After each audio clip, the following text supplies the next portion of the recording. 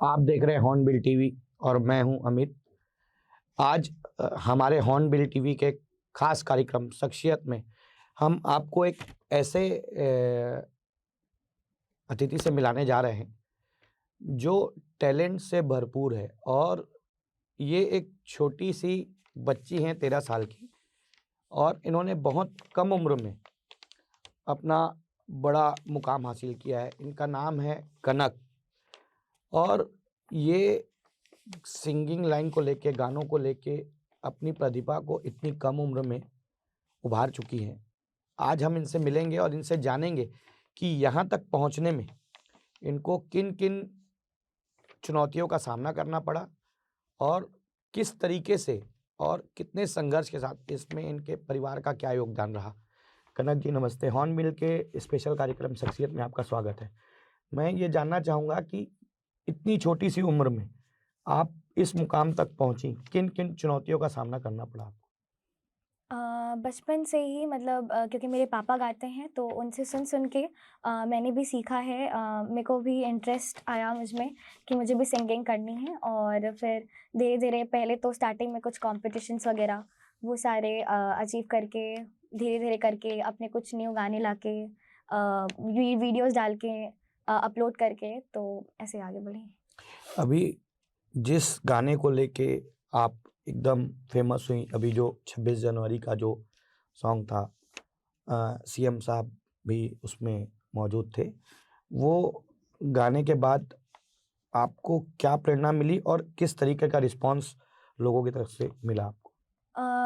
वो गाना गाने के बाद जो मेरे वीडियोस हैं उनमें मतलब उस वीडियो पे तो मिलियंस में लाइक आए हैं, कुछ 47 पॉइंट कुछ मिलियंस अभी करेंटली हैं। और सबसे पहले तो थैंक यू देना चाहूँगी आप लोगों का कि इतना आप लोगों ने प्यार और सपोर्ट दिया।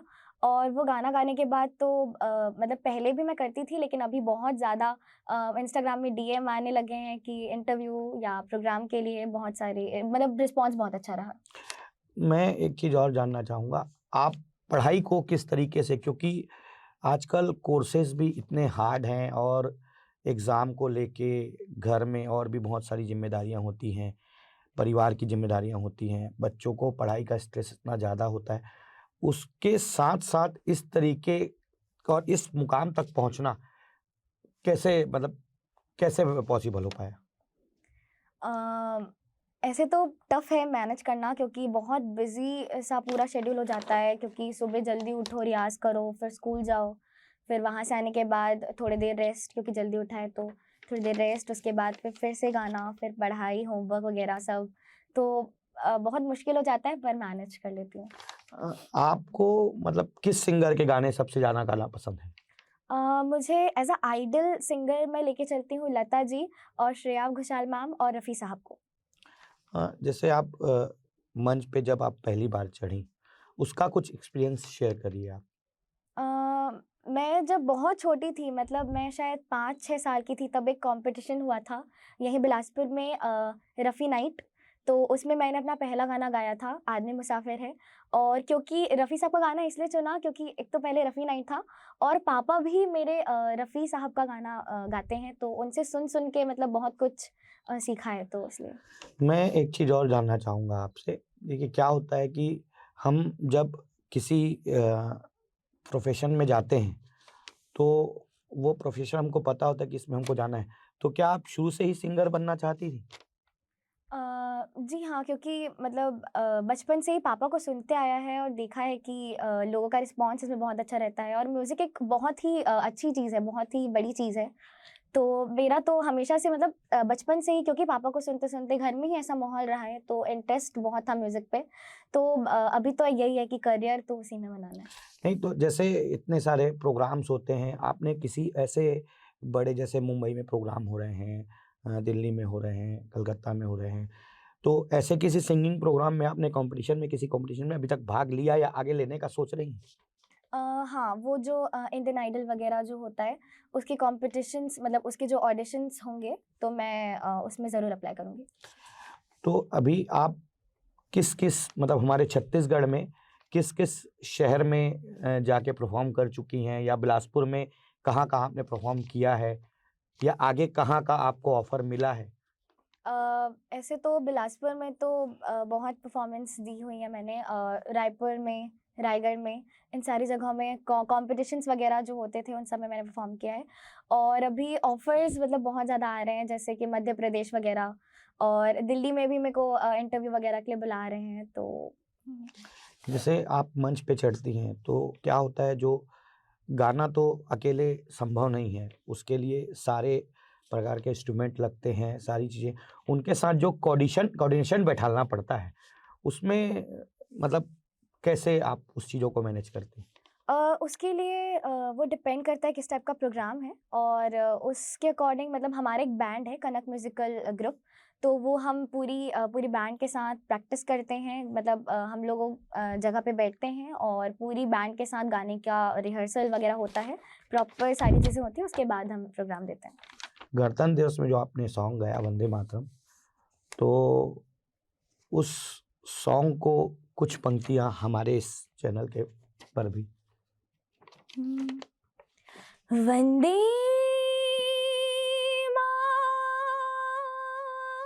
मातरम, आ,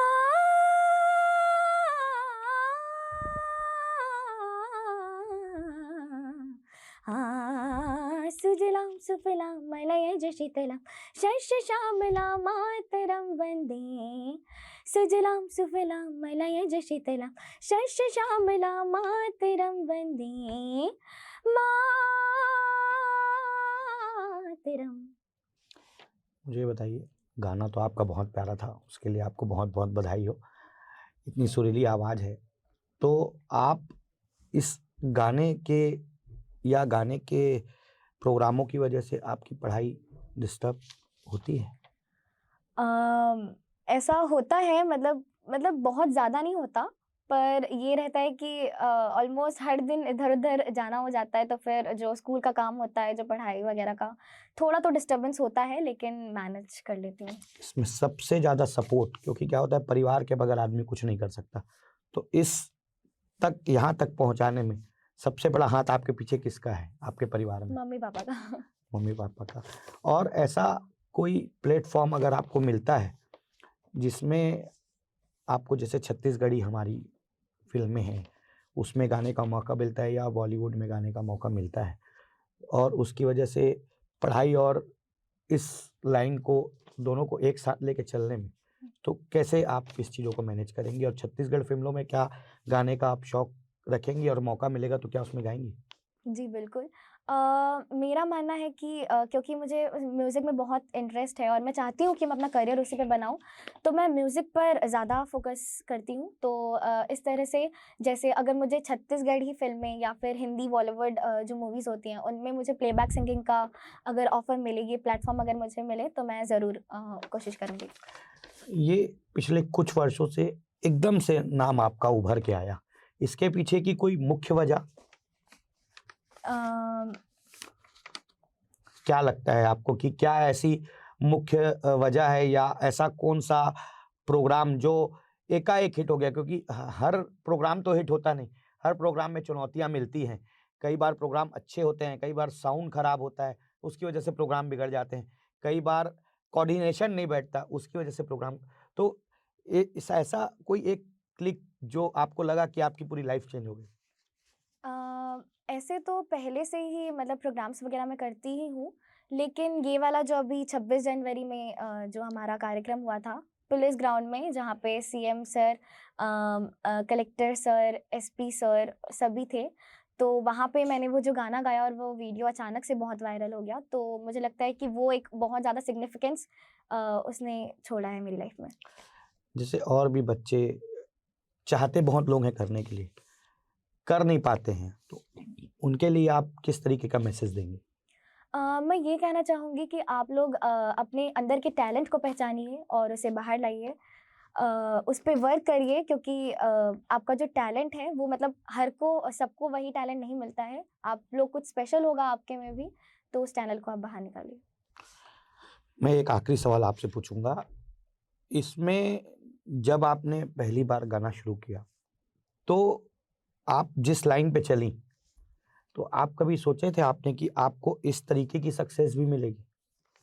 गोल तो पहले से ही था कि बहुत बड़ी सिंगर बनना है, पूरी दुनिया में नाम रोशन करना है, पूरे इंडिया को मुझे रिप्रेजेंट करना है, तो ये तो गोल था ही। मैं आइडियल ही लेके चलती थी श्रेया मैम को, लता जी को, कि उनके जैसा, मतलब वो तो बहुत लेजेंडरी सिंगर्स हैं, मैं तो नहीं कर पाऊंगी ऑफ कोर्स, लेकिन एटलीस्ट उनसे सीख कर मैं आगे बढ़ पाऊँ। अगर आपको मंच पे परफॉर्म करना मिले तो आप किस सिंगर के साथ मंच शेयर करना चाहें? मैं श्रेया घोषाल मैम के साथ करना चाहूँगी। अभी एक ऐसा कोई गाना जो आप बहुत ज़्यादा गुनगुनाती हो या बहुत ज़्यादा आपका फेवरेट हो, ऐसा कोई एक आध गाना हमारे दर्शकों के लिए? एक लता जी का गाना है, वो सुना देती हूँ। अधूरा हूँ मैं अफसाना, जो याद आऊँ चले आना हो, अधूरा हूँ मैं अफसाना, जो याद आऊँ चले आना, मेरा जो हाल है तुझ बिन, वो आकर देखते जाना, भीगी भीगी पलकें, छम छम आंसू छलके, खोई खोई आंखें हैं उदास, नैना बरसे रिम झिम रिम झिम, नैना बरसे बरसे बरसे। बहुत सुंदर गाया आपने, उसके लिए फिर से एक बार आपको बहुत बहुत बधाई और आपके उज्जवल भविष्य की शुभकामनाएं आपको। ये थी कनक साहू हमारे साथ, हॉर्नबिल टीवी, अमित संतवानी, छत्तीसगढ़, बिलासपुर।